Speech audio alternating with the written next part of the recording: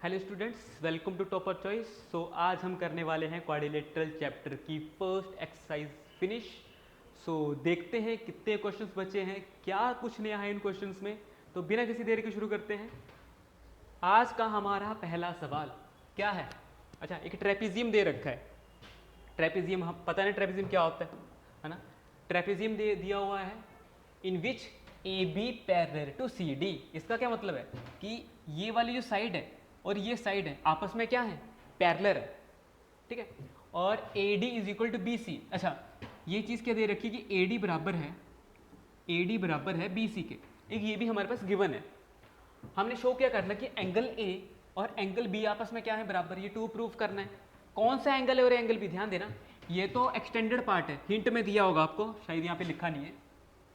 Extended part है, hint में दिया होगा। हमें यहाँ पे प्रूफ क्या करना है कि ये जो एंगल है और ये एंगल है आपस में क्या है, बराबर है। ठीक है, देखते हैं कैसे टैकल करना है। देखो, कोई कॉन्ग्रुएंसी नहीं लगी, कोई कुछ नहीं लगेगा, डायरेक्ट करेंगे। कैसे करेंगे देखते हैं। ठीक है, गिवन और टू प्रूफ आप लिख लोगे। गिवन में क्या आएगा हमारे पास, A B C D trapezium में, ऑब्वियस सी बात है। और क्या आ जाएगा कि ए डी बराबर आएगा सी डी के, ए डी बराबर आएगा बी सी के। ये गिवन में आएगा। इसको इक्वेशन नंबर 1 मान लेता हूँ। क्यों? क्योंकि आगे यूज होने वाली है, देखते हैं।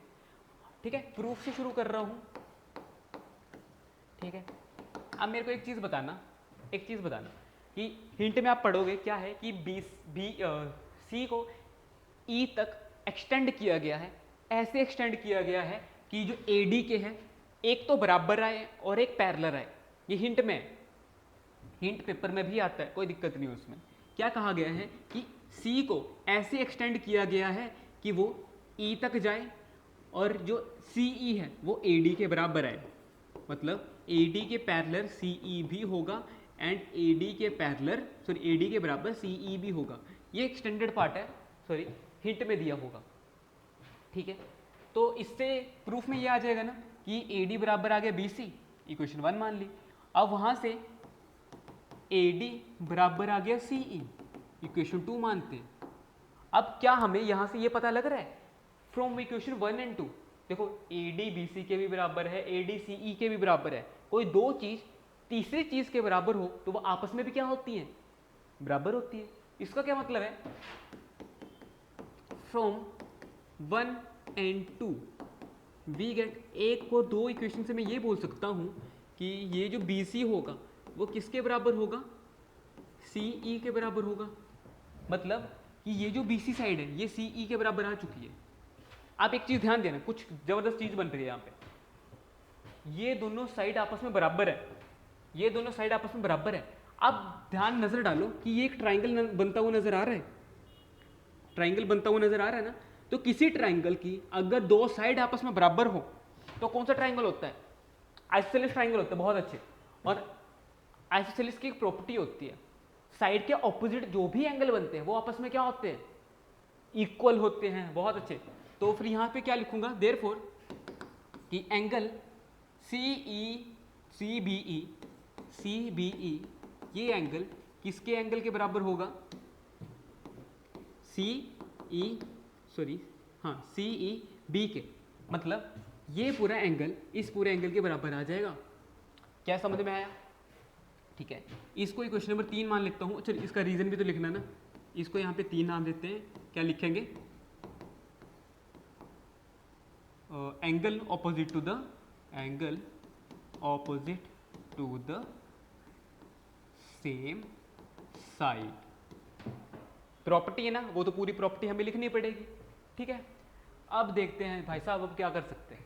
एक चीज ध्यान दो कि ये पूरी लाइन है, एक पूरी लाइन है और उसमें रे लगे, तो क्या ये लीनियर पेयर नहीं बनाता है? मतलब ये पूरा एंगल 180 डिग्री के बराबर होगा। देखो, मेरे को ये लेना इसलिए पड़ रहा है क्योंकि हमें ए और बी के साथ ही खेलना है, ये दोनों एंगल ही बराबर प्रूव करने हैं। तो किसी न किसी तरीके से तो इनको इन्वॉल्व करना पड़ेगा ना मेरे को इक्वेशंस में। ठीक है, तो क्या मैं एंगल बी पे लीनियर पेयर लगा सकता हूँ? देखना कि एंगल, ध्यान देना कि angle C B A plus angle C B E कितना होगा 180 डिग्री के बराबर होगा। क्यों? ये है भाई साहब लीनियर पेयर, लीनियर पेयर। समझ में आया? अब सी बी ई किसके बराबर था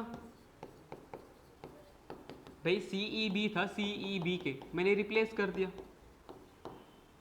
कि ये पूरा एंगल इस पूरे के एंगल के बराबर है, तो इस पूरे की जगह तो क्या मैं ये लिख सकता हूँ? मैंने वही किया। ठीक है, अब एक चीज़ और ध्यान देना, एक और चीज़ ध्यान देना, हमें बी एंगल को तो मैंने यहाँ पे इन्वॉल्व कर लिया। क्यों? क्योंकि सी बी ई एंगल ही एंगल बी है, सी बी एंगल ई ही एंगल बी है। क्योंकि अगर इसको हटा दो, ये तो कंस्ट्रक्शन की हुई है, इसको हटा दो तो ये जो एंगल है वो सी बी ए ही तो है, एंगल बी। एंगल बी तो इन्वॉल्व कर लिया, अब बचा क्या है? एंगल ए इन्वॉल्व करना। अब यहाँ पे ध्यान दो, अगर मैं इसको मिटाऊँ यहाँ पे, इस पे ध्यान दो, अगर ये दोनों पैरेलल लाइन है, अगर ये दोनों पैरेलल लाइन है, कौन कौन सी? ए डी और सी ई, और अगर ए ई उसमें ट्रांसवर्सल लाइन है, तो ये एंगल और ये एंगल कौन से एंगल होंगे? बिल्कुल सही, को इंटीरियर एंगल्स होंगे, बहुत अच्छे। तो ये एंगल ए है और ये एंगल कौन सा है? C E B. ध्यान देना यहाँ पे क्या लिखूंगा? If A D parallel to C E, so angle कौन सा? एंगल ए, क्योंकि वहां पे ब्रेक नहीं होना एंगल ए, तो मैं डायरेक्ट लिख सकता हूँ, plus angle C E D कितना होगा? 180 डिग्री होगा। ठीक है, अब यहाँ पे ध्यान दो, फ्रॉम 3 and 4, फ्रॉम 3 and 4 क्या मैं ये बोल सकता हूँ?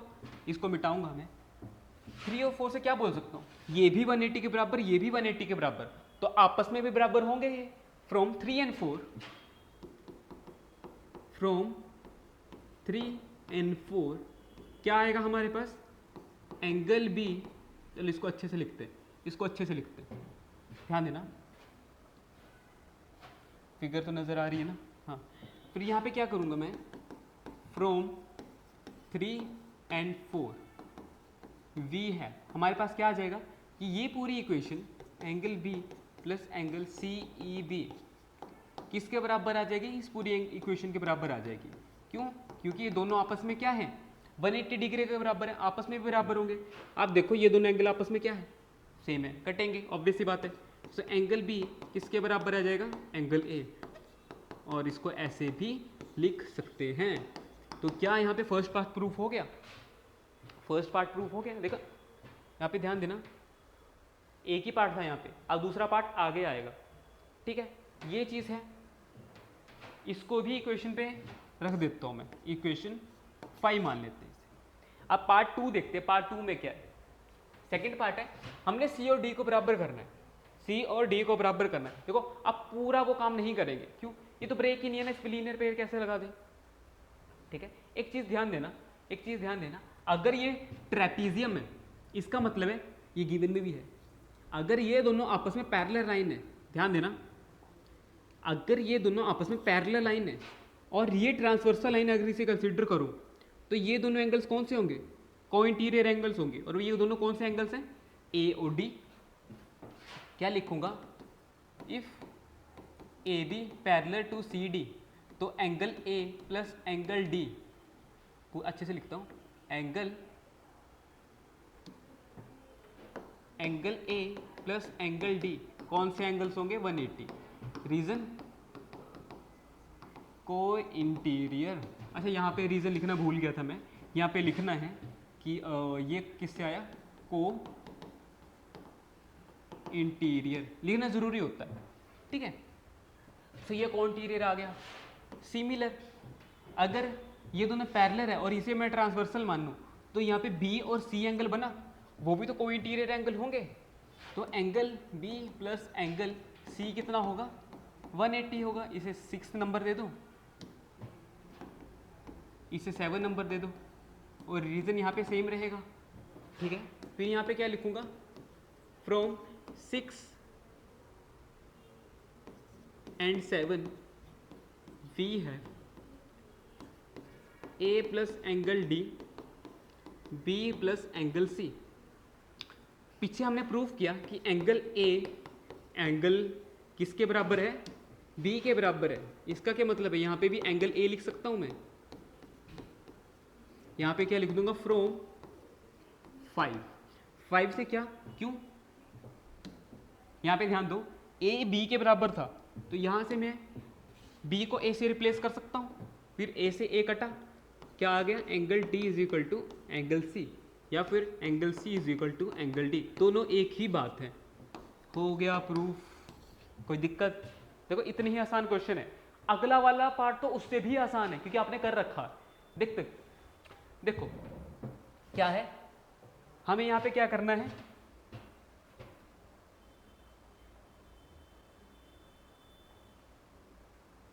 देखो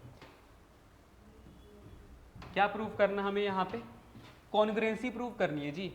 अब कॉन्ग्रुएंसी तो आपको आती है, कौन कौन से ट्राइंगल है, एक ट्राइंगल है ए बी सी, एक ट्राइंगल है B A D. A B C triangle बनाने के लिए क्या मुझे यहाँ पे कंस्ट्रक्शन करनी पड़ेगी? हाँ जी भाई बिल्कुल करनी पड़ेगी। तो क्या मैं यहाँ से लेके यहाँ तक एक लाइन बनाता हूँ, बन गया ट्राइंगल ए बी सी। दूसरा ट्राइंगल है B A D, B A D, B A D, इसको भी ट्राइंगल बनाने के लिए मेरे को यहाँ पे एक लाइन बनानी पड़ेगी। बन गए दो ट्राइंगल, ठीक है। तो प्रूफ में क्या आ जाएगा हमारे पास, देखो गिवन और ट्रू प्रूफ बिल्कुल लिखना है आपको। प्रूफ में क्या आ जाएगा, सबसे पहले ट्राइंगल पिक करेंगे, triangle A B C and triangle B A D, दो ट्राइंगल उठा लिए। स्टार्टिंग में हमें पता था कि इसकी वजह से ये दोनों साइड आपस में क्या है, बराबर है। इन दोनों ट्राइंगल का बेस कॉमन है, सेम बेस पे बनी हुई है ट्राइंगल, ये ट्राइंगल और ये ट्राइंगल। अगर मैं अलग अलग शेड करूं आपके लिए, ध्यान देना यहाँ पे, एक ट्राइंगल ये बनी हुई है, एक ट्राइंगल ये बनी हुई है, ठीक है। अब देखना इन दोनों ट्राइंगल्स का क्या है, बेस तो सेम है, ठीक है। अब रेड वाले ट्राइंगल पे ये एंगल नोटिस करना और ग्रीन वाले ट्राइंगल पे ये एंगल नोटिस करना कि एंगल बी और ए ये है, बिल्कुल है, और ये हमने तो प्रूफ किया हुआ अभी अभी। तो इन दोनों से मैं ये बोल सकता हूं कि ए डी बराबर आएगा बी सी के, एंगल ए बराबर आएगा एंगल बी के, तीसरा आएगा A B is equal to A B. इसका रीजन क्या लिखूंगा, गिवन, देखो वो दे रखा है। इसका एंगल लिखूंगा फ्रॉम 5, इसलिए मैंने नंबर 5 किया था वहां पे। इसका लिखूंगा कॉमन, तो कौन सी कॉन्ग्रुएंसी लगी, एस ए एस, क्या लिखूंगा, by S A S congruency triangle A B C is congruent to triangle A B D, ये B A D, B A D, ठीक है। कॉन्ग्रुएंसी तो हमने लगा दी। सो कॉन्ग्रुएंसी के बाद मतलब क्या बचता हमारे हाथ में, सीपीसीटी बचता है। सो सीपीसीटी लगाने के बाद मैं क्या कर सकता हूँ, इसके कॉरस्पॉन्डिंग पार्ट्स को बराबर कर सकता हूँ ट्राइंगल के। सो बाय, ये थर्ड पार्ट आ गया हमारा, बाय सीपीसीटी, ये फोर्थ पार्ट है। बाय सीपीसीटी से क्या मैं ये बोल सकता हूँ कि AC बराबर आएगा BD के, AC बराबर आएगा BD के, क्यों, इसके कॉरस्पॉन्डिंग पार्ट तो हैं, कॉरस्पॉन्डिंग साइड्स तो हैं।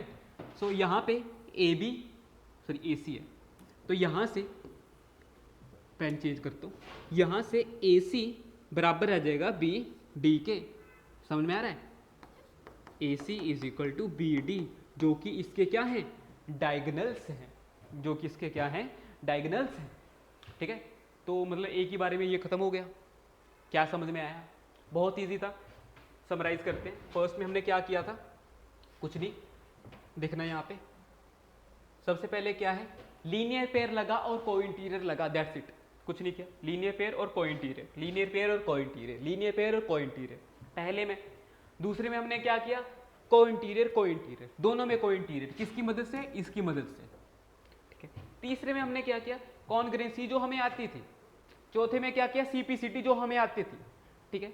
मैंने स्टार्टिंग में कहा था कि अगर क्वाड्रिलेटरल के कोई भी क्वेश्चन सॉल्व करने हैं तो ट्राइंगल से होके ही जाना पड़ेगा, ट्राइंगल आता है तो क्वाड्रिलेटरल्स आता है। ठीक है, सो आज की वीडियो में सिर्फ इतना ही लिखते हैं।